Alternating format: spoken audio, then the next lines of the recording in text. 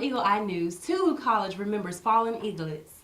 Is OIT a place where you really solve problems? And see how Tougaloo College sororities are affecting our students' finances and health.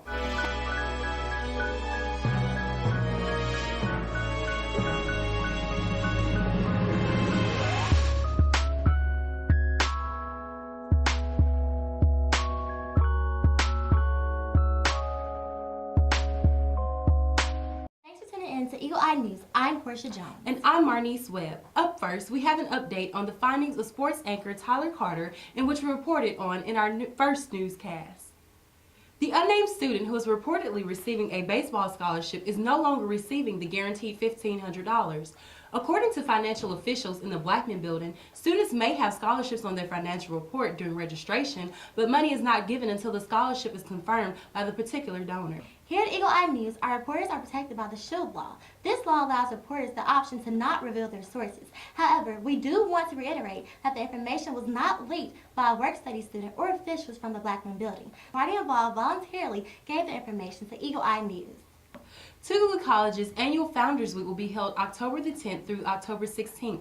The week will feature Meet the Bulldogs Night in Kroger's Gymnasium, a comedy show featuring comedian Steve Brown, High School Day, and will be highlighted by Mr. and Miss Tougaloo's coronation. Founders Week co-chair Melody Light says it's time for alumni and students to interact and celebrate the birth of Tougaloo College. Honor those who have been instrumental in the flourishment of Tougaloo College. Tougaloo College's SGA and Students Activities Council encourages all Tougalooians to participate in Founders Week activities. Have you ever been locked out of your dormitory? Keep getting red lights when swiping your student ID in the cafeteria? The Office of Information Technology holds the keys to solving these problems. Reporter Penny Van Buren reveals that OIT is unlocking the right doors for success at Tougaloo College. Do you think that IT take students on campus situations or issues seriously? No, honestly, I don't. I think they do things on their own time. Regardless of your major or career goals, some students here at Tougaloo College believe technology is 100% important to be productive in their coursework. For some students, frustration arises when every 30 minutes you have to re-sign. That's a problem when I'm doing assignments. And for others, our IDs don't work for the doors, so we had to put a wooden block in between so we can get in and out of the door. Many professors face similar problems not being able to access Tougaloo's network or log on to the computers. Classes using only one Mac to edit on, and we have many mass comm students, so it kind of slows down the learning process. A request was submitted to the OIT department for an interview. No response was given. Penny Van Buren reporting for Eagle Eye News. If you are having any technology issues with Tougaloo College devices, please contact the Office of Information and Technology at 601-977-7822. We all are experiencing firsthand how the new construction on campus can affect student life. Over the summer, active members of Tougaloo College Panhellenic Council lost a place they called home. Reporter Richard Richardson sheds light on this confusion. Over the years, the Greek plots were in a secluded area, isolated from the rest of the campus. But over the summer, Greeks came back to find that their plots had been moved to a different, more unexpected location. I spoke with a few Greeks on campus to get their insight on how they felt about the plots being moved. Moving of the plots was something that really didn't have to be done this soon because there hasn't been any groundbreaking for where the plots were. Could have waited until they found a more suitable spot to put them before they decided to move. It's wrong. It's very wrong because I don't think that we were given proper notice. Plots were moved so the surveyors could complete the survey of the land, do the dirt samples and everything like that. So that's why the plots moved. Okay. When asked where the plots will be placed, Sanders stated that the campus is becoming a walking campus and that the Greeks' plots will not go unattended. Richard Richmond reporting, Eagle Eye News. And this issue really affects me as well because I'm a member of Delta Sigma Theta sorority, and the plots, they just aren't in a place that I would just go out and sit at. On October 2nd, 2009, Tougaloo College lost two of its freshman eaglets. Kiara Taylor and Shauna Witt, natives of Greenville, were killed in a car while traveling back to campus from a cheerleading event. This past weekend, students at Tougaloo College gathered together to commemorate the loss and to take a stance against reckless driving. Friday night's festivities consisted of a prayer service and vigil inside Woodward's Chapel. Pastor Steve Johnson was the guest speaker, and he shared beliefs on why bad things happen to good people. Saturday morning's events were kicked off with a walk around campus and topped off by a barbecue, sponsored by the Gamma Upsilon chapter of Alpha Phi Alpha Fraternity Incorporated. Also, the Tougaloo College cheerleaders were present and did several cheers in honor of their fallen sisters. Jackson Police Department Sergeant Smith spoke at the barbecue and encouraged students to drive more safely. If you buckle up, you can live. Jamelia Haywood is the lone survivor from last year's fatal accident. She planned a tribute and feels she will be pushed to do better in her life because of her friendships with both victims. The impact that I would get from it is just to push me to do better and just strive for the best things like they did. For more coverage of this story, visit our Facebook page by searching WHTN Eagle Eye News or follow us on Twitter at eagleeyenews_TC. Stay tuned to see why it's not so cool to be an individual, or is it?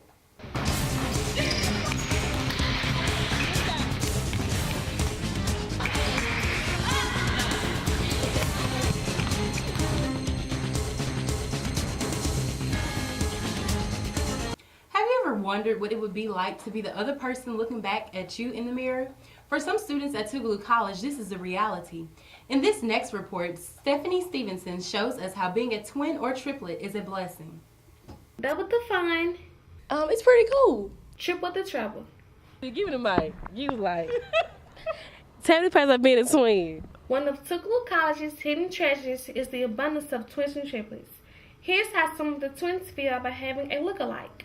I really like it. It's cool. This is to seeing the excitement on people's faces. Having a twin sister or brother can be a hassle for some. We're supposed to be the same person. We are totally different people. I don't think sometimes like people see twins. My name is Adrian. This is Andrea. We are not the same people. They say, "Oh, they're just twins." No, my name is Adrian.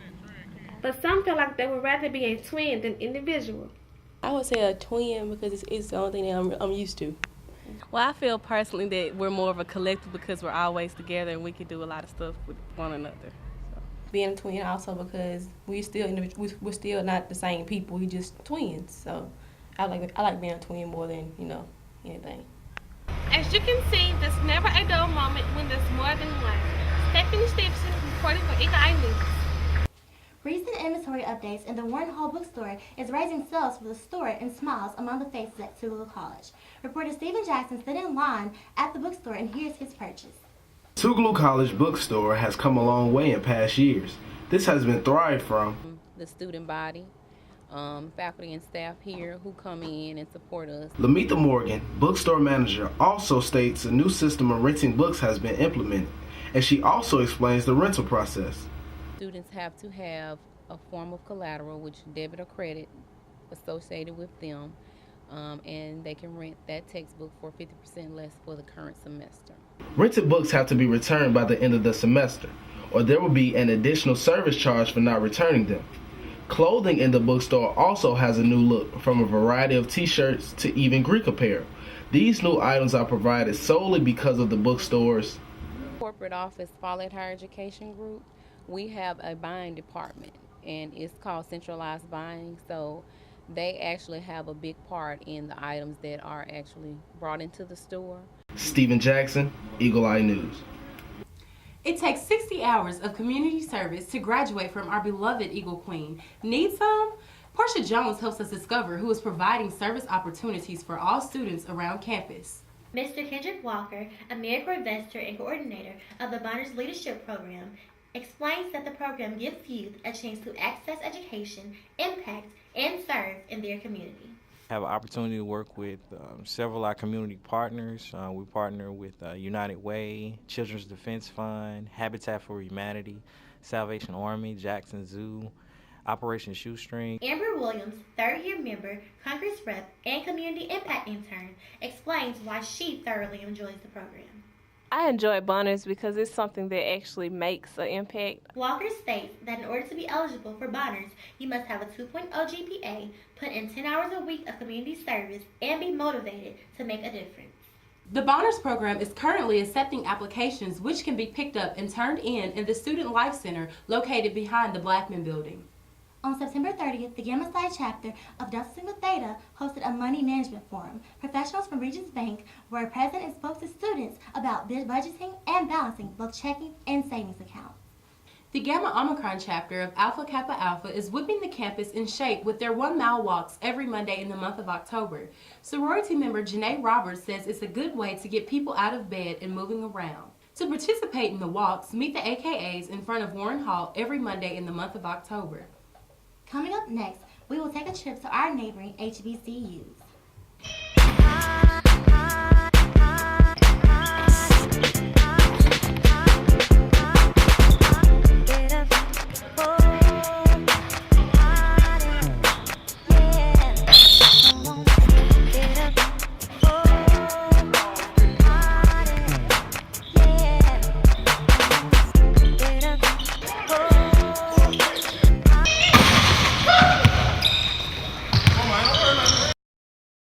Eagle Eye News, we always like to keep up with our freshmen at Tougaloo College. Reporter Sarita Jackson opens the door to the lives of these vibrant individuals.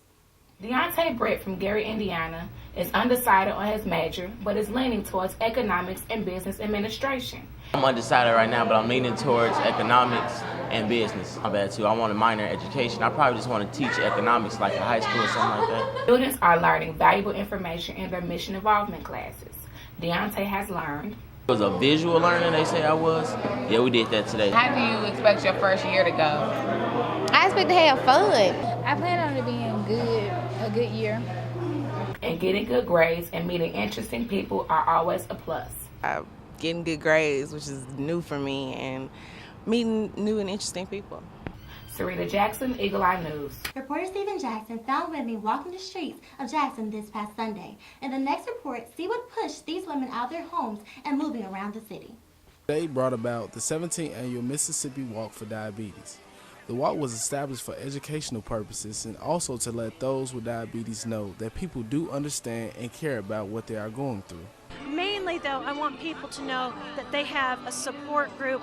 Assistant Director of Diabetes Foundation in Mississippi states, Type 2 diabetes is preventable in a lot of cases. People need to assess the risk, do what they can, including exercise more to reduce the risk of diabetes. Jackson State Professor Dr. Prefleen McDaniel also states that I don't want to give in to the whole idea that diabetes is hereditary, because you don't have to. You can stay healthy, you can change what you eat, and you can educate yourself about it, and you don't have to be a victim of the disease. The walk is held every year to educate people about the disease and also motivate people to exercise and eat healthier. If you aren't out here walking with us this year, mark the first Sunday in October on your calendar and plan to join us next year. Stephen Jackson reported. Entergy Mississippi Incorporated presented the Jackson State University Development Foundation with a $50,000 check towards its $500,000 commitment to the college's Science, Engineering, and Technology Department. The grant is part of the company's support of JSU Entergy Power Systems Laboratory and provides scholarships for the university's engineering students. For the first time, Southern University participated in the 2010 Mississippi Battle of the Bands. The Southern University Marching Band, also known as the Human Jukebox, was matched by Jackson State, who had no respect for them being there as the sonic boom of the South played music when Southern marched onto the field. The ExxonMobil Foundation recently provided Tuskegee University with a grant check for $62,625. The gift represents the company's third match of donations made to the university by ExxonMobil employees, retirees, and surviving spouses under the foundation's 2010 Educational Matching Gift Program. Alcorn State University will host its annual homecoming festivities this week and will close out the week with a showdown on the gridiron between the Braves of Alcorn State and the Tigers of Texas Southern. That should be an interesting matchup. Let's shoot things over to the Doghouse of sports anchors Tyler Carter and Stephen Jackson and see who they predict will win in the Lorman this weekend.